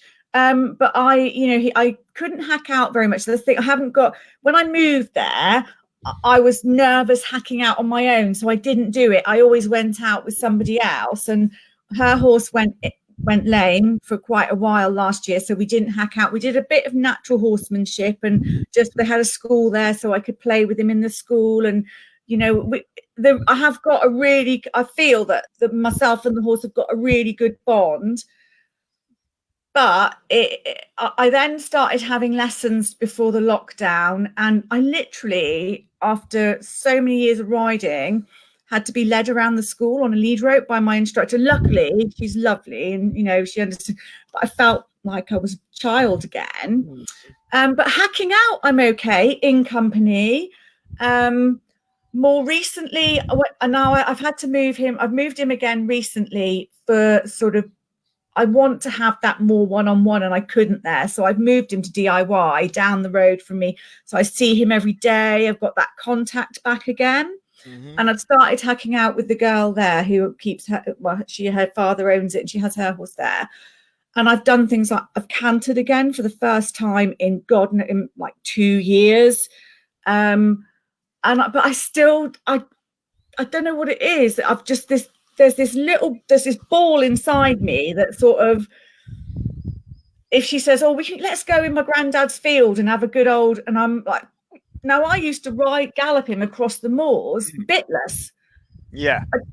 And now I'm in this I'm almost like, oh, I don't know. And I just don't know how and I've got your book and I'm reading it, the one in The Confidence and Enjoy Your Horse. But I don't know. I just don't seem to have got Is anything in the book gelling with you? Does anything make sense? Is anything making you go, that did happen, that didn't happen, this is happening, this isn't happening? the one thing that really, really put it down to me, I mean, obviously, I think my fear is falling off and getting hurt. Now, I've been riding since I was about 11, and I mean, touch wood, the first time I ever broke anything other than possibly a rib was 2 years ago. And that in the book, you talk about the valley where you've got and you bought horses at the weekend and you got riders in on the Monday, the filming, and I was telling my riding instructor about it, and I was saying, oh, you know, this book's brilliant, you've got to read it, it's really, really helpful. So I don't, that kind of thing. So I have to think about that, and I do think about that. And the only thing he will do is he puts a buck in canter or gallop, and I know I can sit it because I've sat lots and lots of other things, and some people love that. I love it, actually. To be fair, you go in from the trot and it's like, all right then, and they give a little buck and a fart and a squeal, and it's and you know it's coming, so you're quite ready for it. You're hanging on a little bit. Whoa, it's off. And I used to think that was fun as well, but I don't know what's happened up here for me to go, well, quite clearly, you're focusing more on what isn't fun and what might happen and what rather than what is fun. Yeah. The fun of you galloping across the field bitless, and the fun of you sitting riding a buck and a fart, and that's the joy. At least you've had that joy, you know what it feels like. So I'm tempted to say, what's your background stress been like over the last decade that you've lost your confidence? Has there been a lot of background stress, house moves and career and relationships? Lots of career stuff, definitely lots of I mean, I've had a lot of stress over the last quite a few years, because just mainly work stuff. I work for the NHS, and so a lot of work stuff, and when you say that, I'm like, because if you're losing control over your emails and losing control over your workload and losing control over your bills and losing control over where you live and what you do, and the boss that you have that won't let you progress, and you as a self image, it's like I'm not in control. Nobody listens to me. I'll just sit in the corner. I won't do anything. I'm not in control, and that's kind of like, even the horse bullies me. I'm lucky if I don't die. It could be a possibility. Add into that being surrounded by a frame of reference which isn't particularly helpful, which you haven't mentioned. So that's my second question. The frame of reference in your horsey world, the Facebook groups that you go on, the magazines that you read, the people that you've been speaking to during this decline over, say, 10 years, I'm guessing. What's that been like? So when I first got him, where I was a big livery yard. It was a few steps away from my house, and it got quite nasty there, because I do stand up for myself and my horse, and there was quite a lot of negative energy there. Okay, so while we think about that negative energy, is that producing the same reaction as the thought of your negative energy at work? I mean, the whole lot got on top of me before I moved here. Before I moved here. So that's the why. So you're saying, I don't understand why. I used to be absolutely fine, and now then it's all gone. The question now is, we're here. You sound like you've got somebody great to go out with. You may need to drop your bite sizes down so that you can take full advantage of that. And your bite sizes come down. Maybe you need to do some long reining. Maybe you need to take your horse out to the far end of the village and just ride it back, or whatever your equivalent of that is. A lot of people feel that the fear starts in going out. It's like, here we go. Whereas actually, if you got your mate to ride it out the first half and said, I'll meet you at 10:30 by the old oak tree with the swing on it, and then you rode it back, you haven't got that, we're going into something, you're like, we're going home. Just as horses are a little bit different when you turn around and start coming home. Yeah, Often, often you find that people are as well, because the horse is taking itself home. There's going to be no rearing or fear of rearing or fear of spinning or fear of anything, because horse is going home. And that might be a nice little bite size. Yeah. And consciously being aware of the joy of a buck and a squeal and a fart. And if you're like, right, if you worked at it with your bite sizes and writing down a lesson plan and constantly being aware of the joy, and it's like, you know what, I'm going to make a video for Carl's page of me doing that buck and a squeal and a fart and laughing as we set off. So if you had that as a little sub goal, and you said, right, if I really worked at it, how soon could I get that video done? So if you really worked at it, just as a random guess, if you really worked at it, how soon will we see that video? 3 weeks. 3 weeks. So if you're like, right, I'm going to do that, I'm going to do that. Now, ease off that pressure by giving yourself 2 years. Now, notice the difference already. It's like you just put a pressure on yourself from me going, oh no, who's going to want to see a video in 3 weeks? I probably can do it. And I said, no, 2 years, 2 seasons. And it's like, I definitely could do that in 2 seasons, because your bite size is way taking the pressure off. And that's the same equivalent as of me taking that pressure off, is of you stopping being surrounded by people going, aren't you galloping? Aren't you cantering? What's the point of having a field ornament? Aren't you jumping? Aren't you? It's my horse. Yeah. if plenty of people don't even ride them in the first place. It's not it's not even necessary to ride them. I'm doing it because I want to. I'm doing it in the bite sizes I want to. I've put all the pressure off. A sub bite size is going out with this girl who sounds brilliant. But you must work up to it. You mustn't just be like, right, I've got to get there. Are you impatient? Are you impatient for your success again? Because of course you are, because you got led around you're at the stage of being led, and it's like, hang on a minute, I want to be like that. I'll go out with you. Absolutely. So be aware of how on that last call I said, why, are you a lot older than you look? Are we short of time? I know. We're not short of time.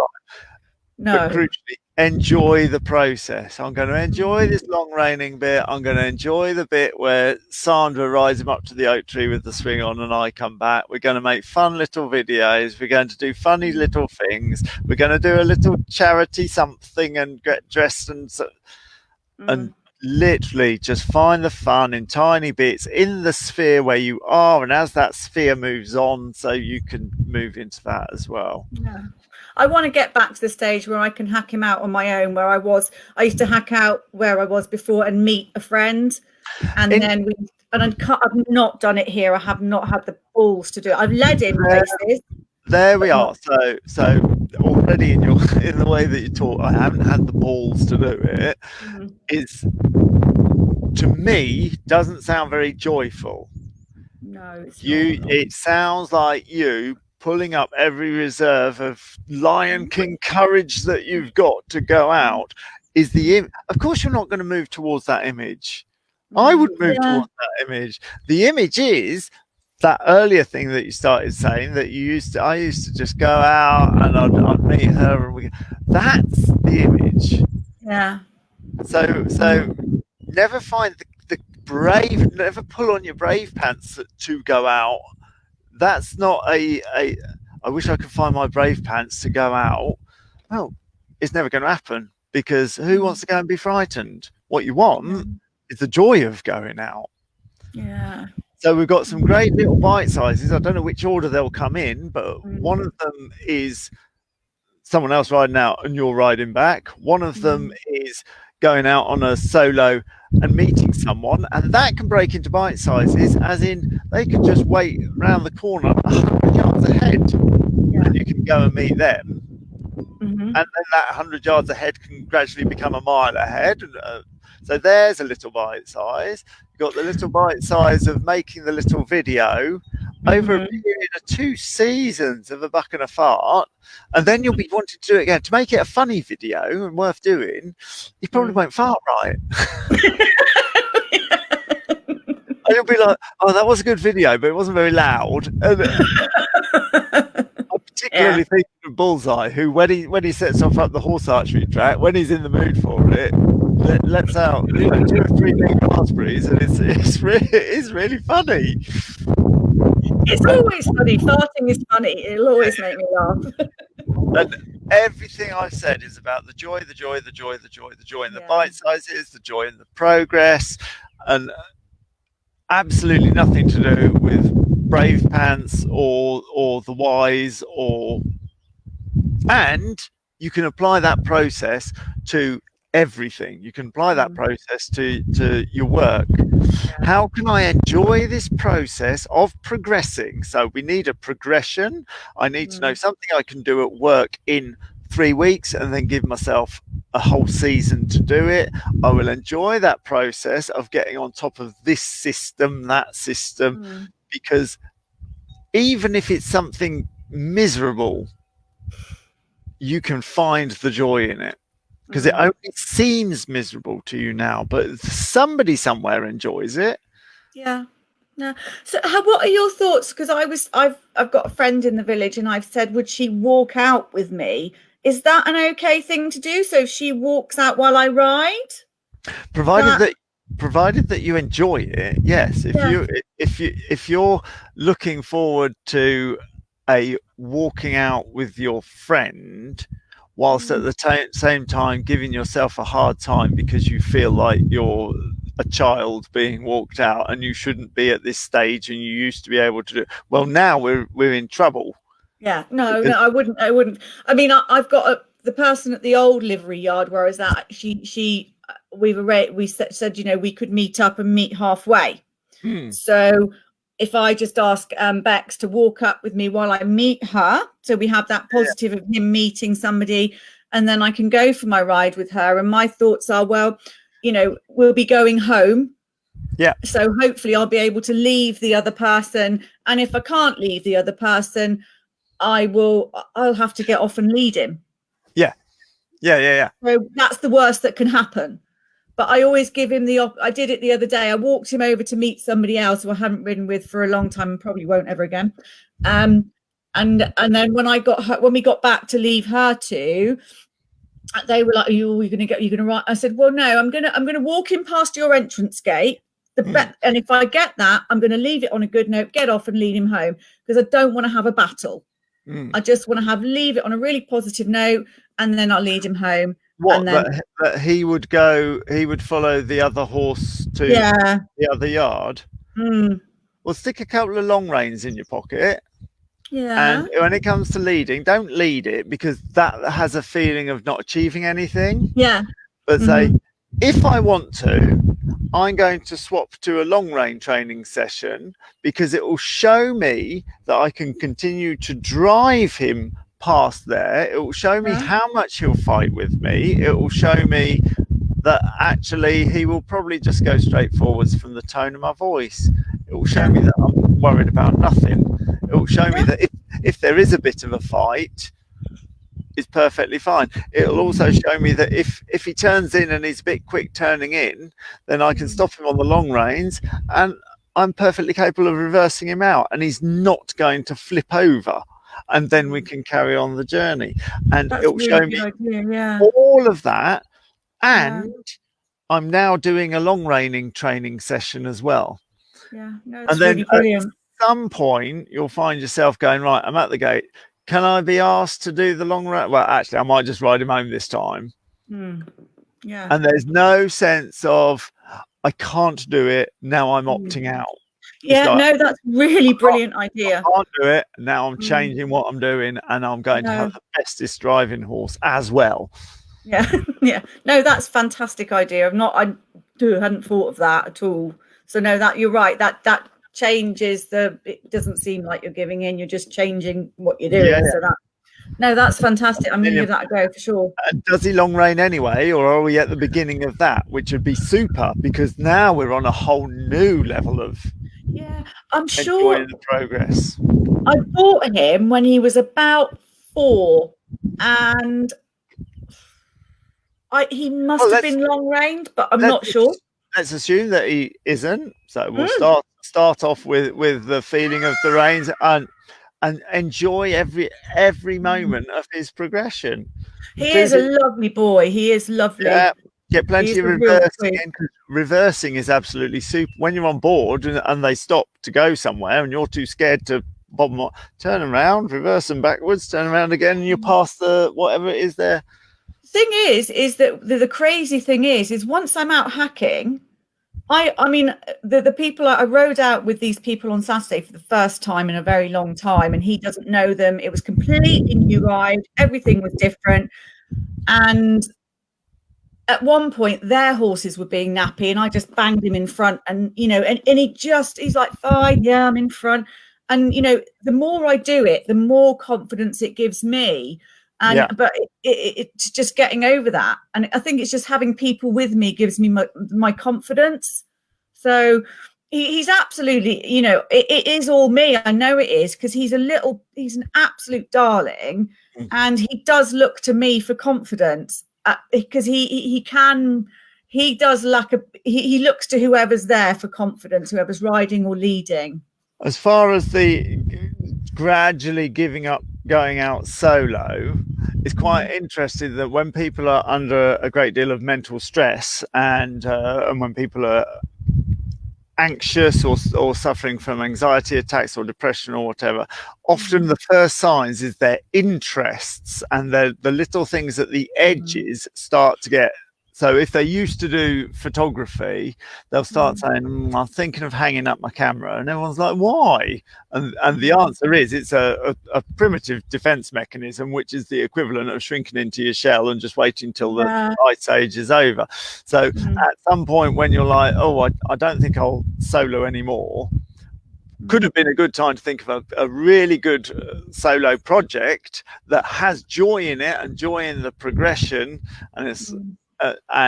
but obviously out of self-preservation we're like, oh, I'll just stop that and then I'll feel all right, and then it's just not that, is it? And we still feel a bit funny because some things are going wrong at work and relationships and self-esteem and progress and everything, and so we cut off the next bit and the next bit, and before you know it, it's like we've cut off quite a large amount of it. So that's just a point of interest. But yes, I hope you get back to us. And I wanted to come on your course. There's been a lot of chat. We've chatted a lot about this, so watch this back again. There's loads of interview facts. I did want to come and do the course. That's my next bit, is to come and do your confidence, come up to your place and do that. But obviously it's my birthday next month, and that's when I was going to do it. But obviously with lockdown, I just don't think it's going to happen at the moment. But it is still there in my...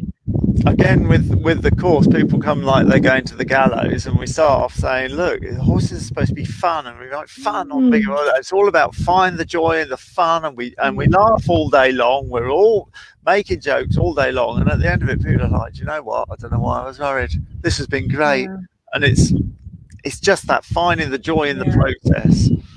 No, brilliant. Thank you very much. I'll let somebody else have a chance now. Lovely. Nice to talk to you. See you later. And you. Thank you. Bye. Bye-bye.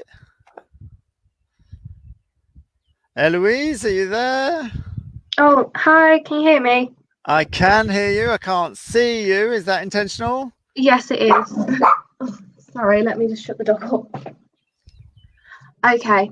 So I don't know if you saw my comment, but I have a really spooky pony. And it was all fun and games when I was younger, but now I'm older, it's not fun anymore. And I'm just losing my confidence with him.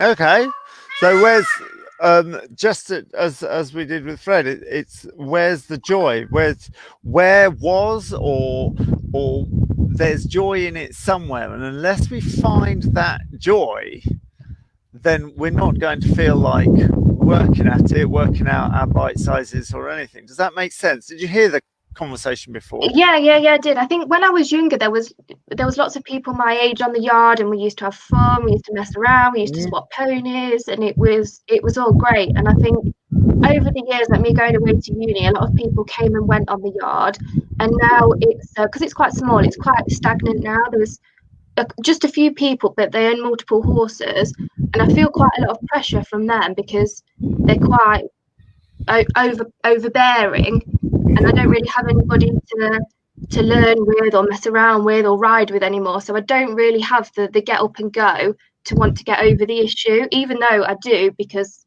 I want to ride and I want to have fun again. Yes, I could thoroughly see why your confidence would disappear in that situation. So I just move yards. See, I do contemplate it, but there's so many pros and cons with going, because he's so sensitive. It took me 6 months just to get him to walk through the school when I first got there. And he's settled. I have a really good relationship with the yard owner. It's affordable. It's close to work. It doesn't really work just to get up and go. So let's imagine that my slightly flippant comment, move yards. Let's imagine that you did move yards into the idealist situation, and I already know what that is, a situation a bit more like what you had before, where someone's a bit fun and you go and do little projects together, and it's like, let's get your horse to do this, let's get this horse, come with me and we'll teach the horse to and all that fun, and a certain amount of joy and a certain amount of I can do almost vanity, and it's like, oh yeah, my horse is so good, and all that, proud of the horse, proud of yourself. That's what we want. So if we're not going to move yards and find it, then what can we do to find that somewhere else? And so what we're looking at is finding people doing fun things. And I do. There is a girl there who she wants to get a bit more enjoyment out of hers as well. So we have started going up together on the evenings and started working them a bit more. But I just feel what events or projects or little things are around you, because other people and people at own riding centres, we certainly do it here. We want people to have fun, and it's like, look, we've got a special clinic. We do horse archery, obviously, but whatever it is that you do, we've got a special clinic. Why don't you come and join the club? Why don't you do it? And it's all we could do anything within our sphere. So if you and your friend perhaps looked or initiated or found some events, or I don't know if what appeals to you, some fun rides, some photo shoots, some something that's around you, because you're obviously not going to move yards, and if you like the yard owner, that's absolutely brilliant, and don't. But at the same time, you need to change your social circle somehow to doing the events with the people who are not just being dour and no fun.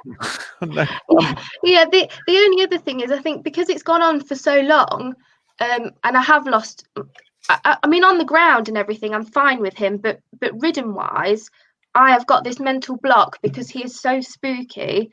But what do you want him to do? I just want to somehow change my mindset. I don't understand how I can go from being okay with all the spooks and the silliness to so many years later now, I think, for God's sake, I can't deal with you spooking at a leaf anymore. But what is it that you want to do? I do horse archery here, and I like doing jigitovka, and I like doing back then we used to do a little bit of showing and everything, and obviously now lockdown's happened, that's all gone out the window. But my aim this year was to get back out, go to a few local shows, and do what we used to do before I had this confidence issue. That was the goal. I would suggest that if you booked in the local shows, and then it's kind of like, right, okay, we've really got to get working here, and you started working on the things, and again making little videos, and even if for your own entertainment or for publishing or for putting on your Facebook or whatever, if you've got a goal, and the goal doesn't even have to be particularly, oh, I'm going to ride up Everest or whatever it is. It can just be the goal of the things that you want to do. When you first got a horse, Mm-hmm.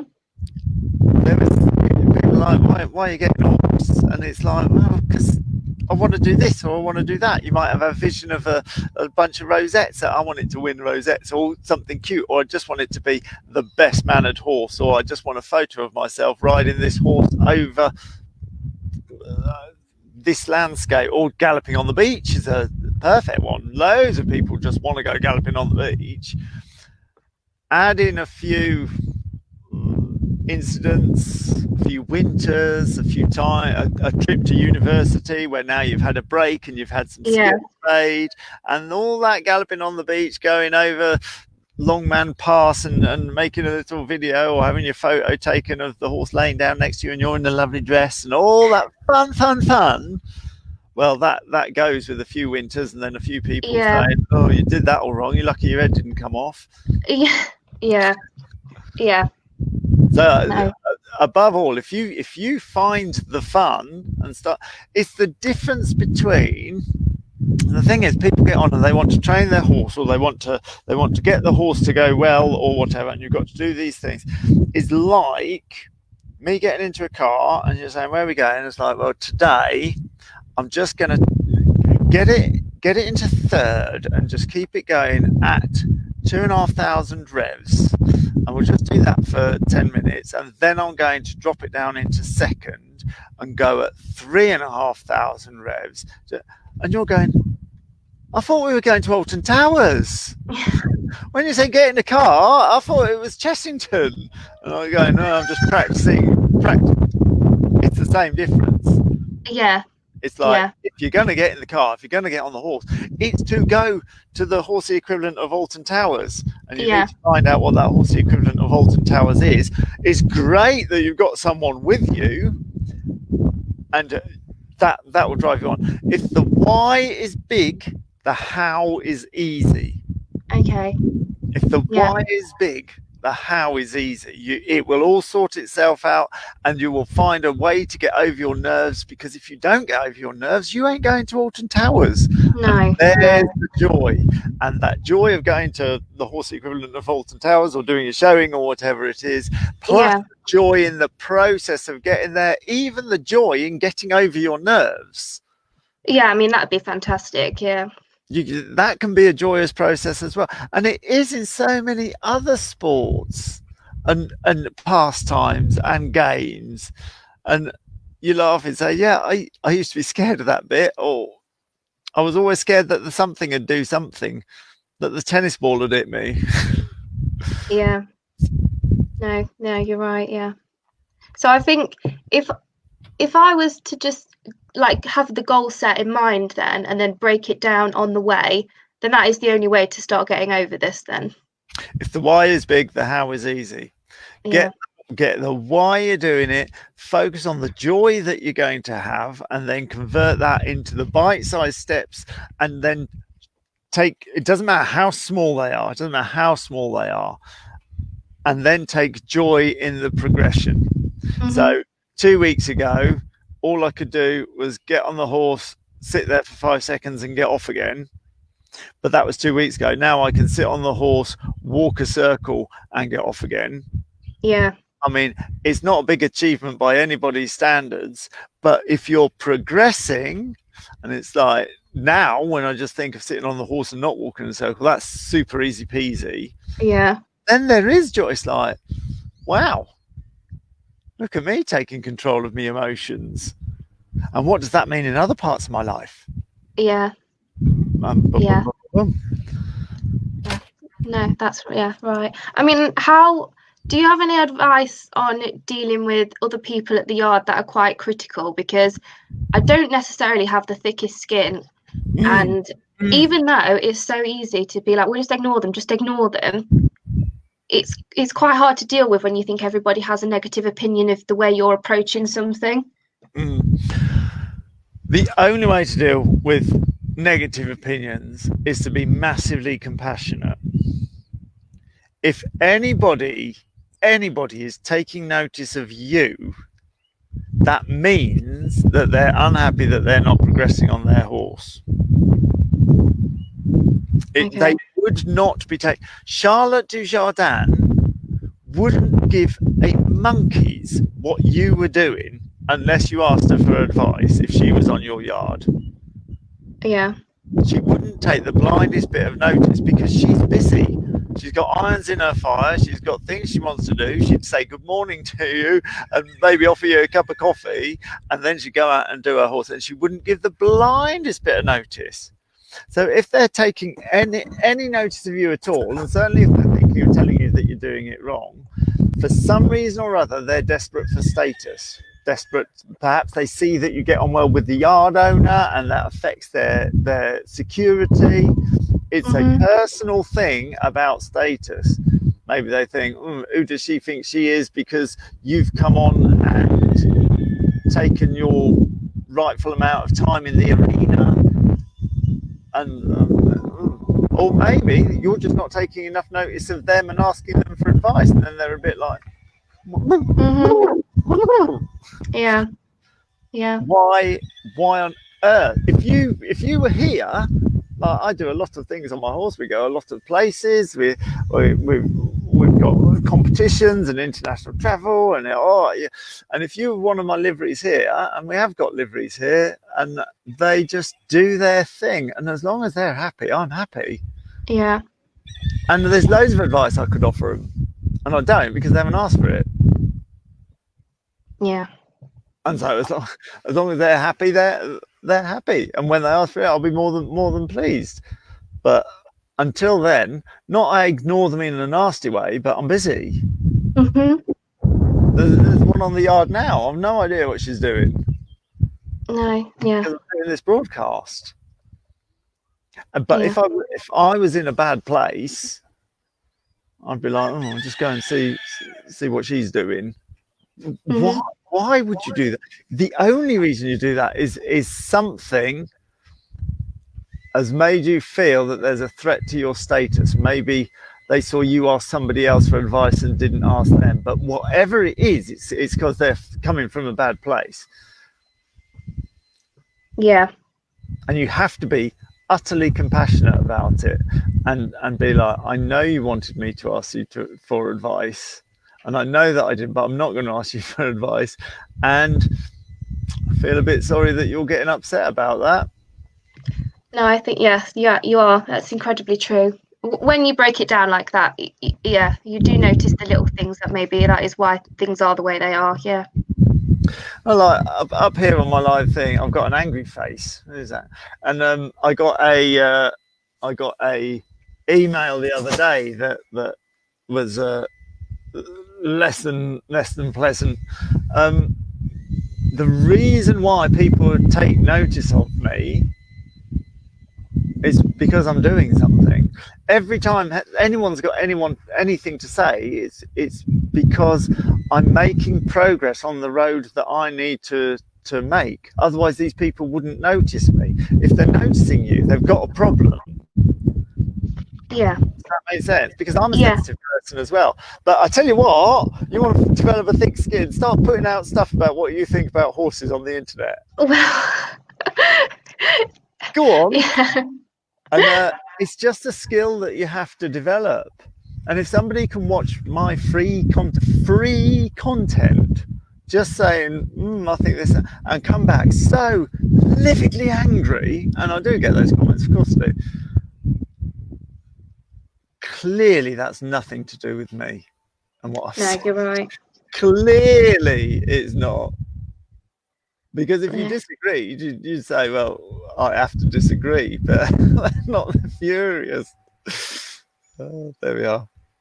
So it's a skill you can develop. But if anyone's taking time to watch you do something which is nothing to do with them, and then come out with a comment that is anything other than helpful and from a kind place. Yeah, no, absolutely. Because I think that is a huge factor in what holds me back. Because you're just waiting for the next comment, and I really should be like, oh, just sod it. Also, they don't understand at all why you've got a horse. what your dreams are, what you've been through.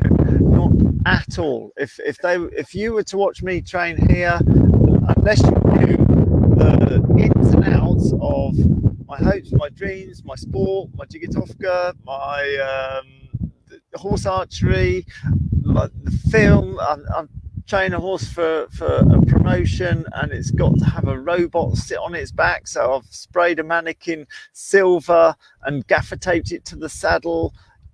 You'd just be like, what do you do? And the fact is, you don't understand. Yeah. So your opinion is worth nothing. We were getting a horse to lay down once, and someone come out and they were just like, you're never going to get a horse to lay down because you want it to.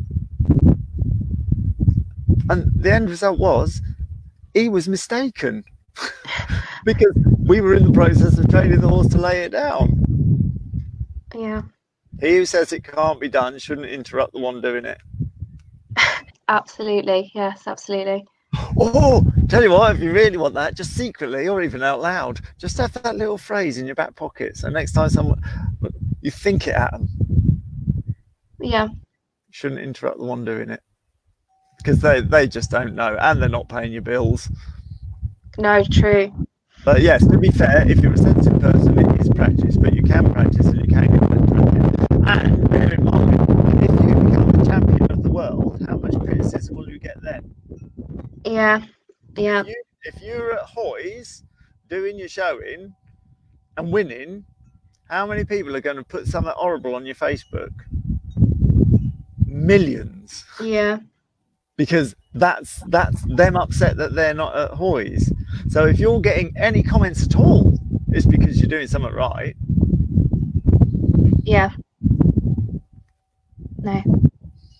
Correct. Yes. Thank you very much. Lovely. Let us know how you get on. I will do. Thank you very much. Thanks very much. Bye. Thank you very much to everybody who helped us get this StreamYard going. I am actually extremely pleased, but really I should get on and do something else. So thanks for joining. Hopefully you'll join us tomorrow. I'm going to get this onto YouTube, but currently it's on Facebook. So thanks for joining. See you later. Right, end broadcast, top right.